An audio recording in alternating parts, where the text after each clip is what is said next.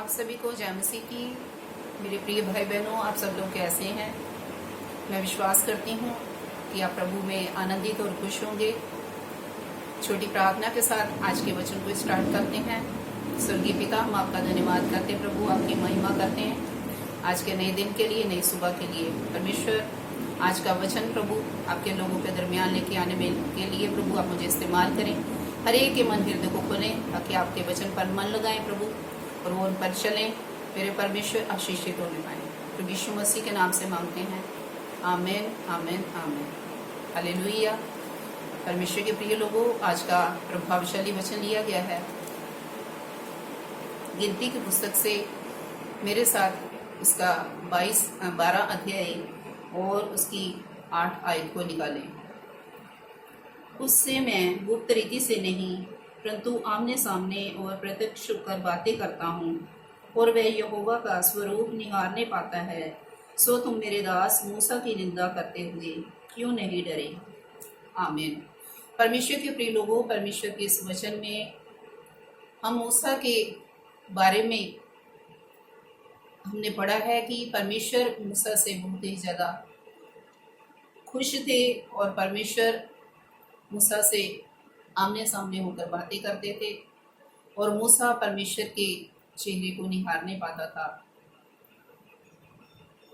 और परमेश्वर ने इस वचन में लिखा है कि मैं मूसा से गुप्त रीति से नहीं बल्कि आमने सामने होकर बातें करता हूँ, और वह मेरा स्वरूप निहारने पाता है।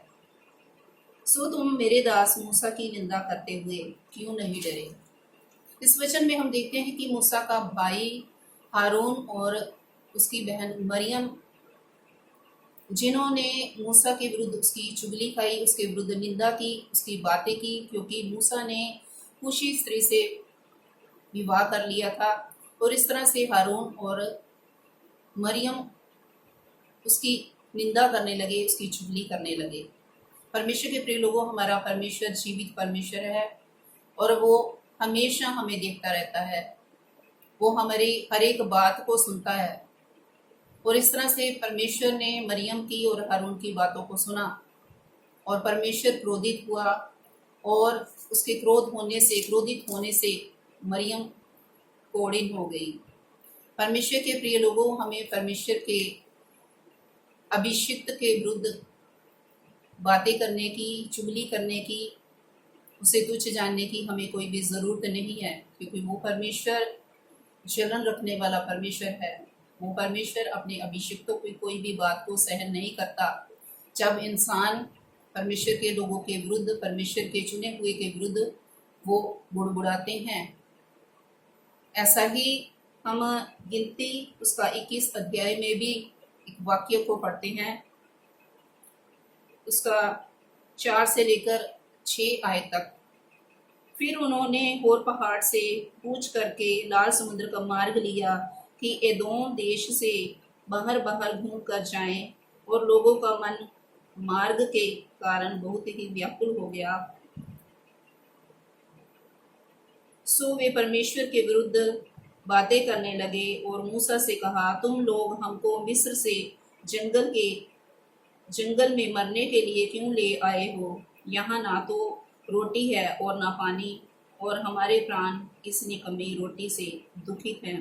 परमेश्वर के प्रिय लोगों, इस जगह पर भी हम देखते हैं कि जब मूसा इस्राएलियों को मिस्र से छुड़ा के लेके आया और वो उनको जंगल के रास्ते से लेके जा रहा था, तब वो भूख के कारण और प्यास के कारण वो मूसा के विरुद्ध, वो परमेश्वर के विरुद्ध बुड़बुड़ाने लगे।